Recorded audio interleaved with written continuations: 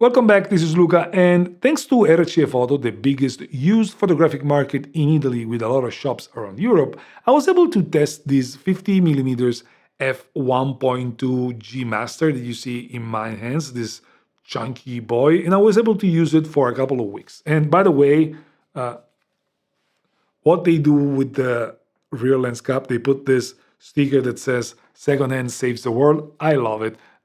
It's besides the point of this video, but I just wanted to shout out RCE because this is something that I like a lot. But back to the lens. This video doesn't want to be a review. This lens was released 5 or 6 years ago. There's plenty of reviews around.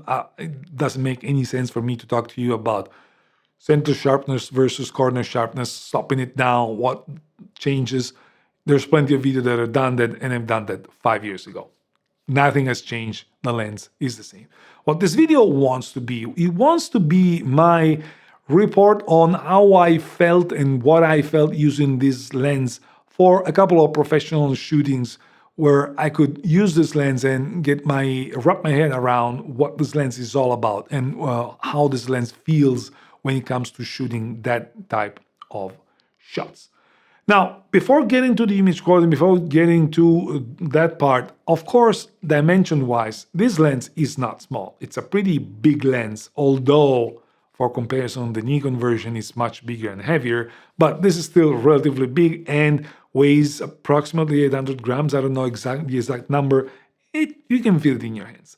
I must say it's relatively well balanced to the point where for small stretches, you can use it one-handed with your camera. I was actually doing it because I was shooting one-hand camera and lens, and on the other hand, my flash remotely controlled because I wanted the light not to be in front of me, but I wanted to be from the side. I could do it, but I could only do it for a few minutes. After that, your wrist is going to feel the weight of the camera and the lens. So this is mostly a two-handed setup anyways.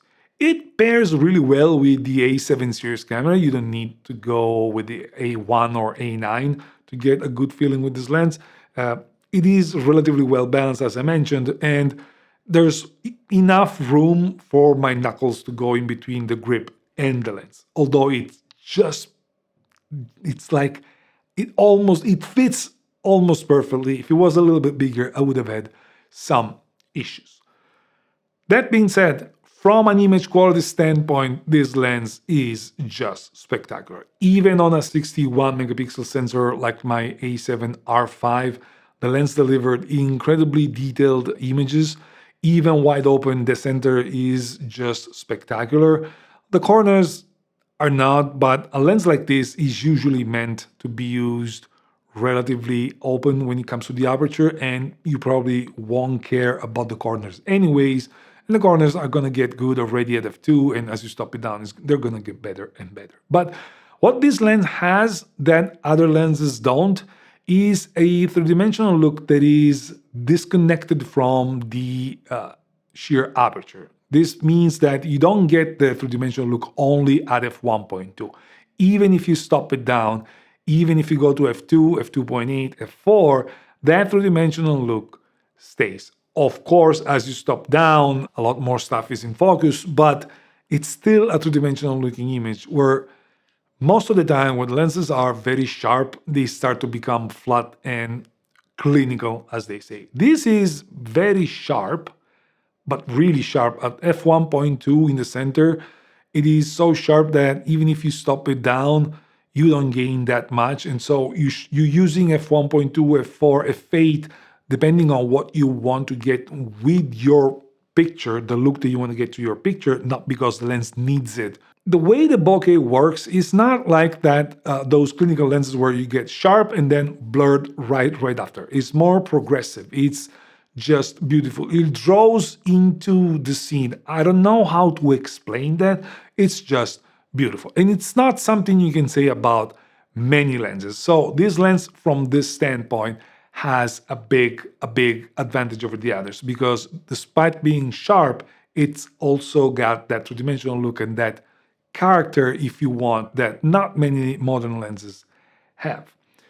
I found that 50 millimeters if you want to have one lens and one lens only for portraits, it is probably the best lens you can purchase, because couple of steps back and you frame it as if it was a 35, couple of steps forward and you frame it as if it was an 85, or if you can't move, you use the APS-C mode of your camera and you get a 75 millimeters equivalent lens, and you're still going to get incredible image quality. You may argue whether 35 or 50 millimeters are the best choice, and I myself, I'm looking to buy either a 35 f1.2 or f1.4 or a 50 millimeters f1.2 or f1.4. I haven't wrapped my head around it just yet. There's reasons to go for one or the other. The fact that I have an 85 should push me towards a 35, just because this way I'm cover more variants and more different perspectives. But for sure, if you just want one and you want to get out with one lens, a lens like this does an incredible job. The only thing that I want to mention that didn't convince me 100% is the autofocus, which seems weird when it comes to a Sony G Master lens, but hear me out. This lens has an incredibly fast autofocus, don't get me wrong, and it's accurate most of the time. And I found that in a studio scenario, the autofocus was 100% accurate all the time. I didn't miss a shot, didn't miss a beat. But when I was shooting backlit in the streets, it would miss by a small margin a few shots. Now, that could be the model moving back and forth, that could be me moving back and forth, but those things would happen in a studio anyways, and it didn't bother the lens at all. In a real world scenario, in a city with backlights and stuff like that, it did bother the autofocus a little bit. Now, I'm not saying the lens is not a reliable autofocusing system, because that would be a lie. I'm just saying that newer lenses have a slightly better autofocusing system. For comparison, the 35mm Viltrox Lab that I reviewed somewhere over here gave me a higher percentage of in-focus shot. I couldn't miss a shot with that lens, to be completely honest. So while great at autofocus, it's not as great as more modern lenses. Now, this shouldn't dissuade you from purchasing this lens if this is the lens that you want, because it's not a big issue to the point where you should look elsewhere, but it's something that I want you to know, because it wouldn't be fair to omit that part from this video.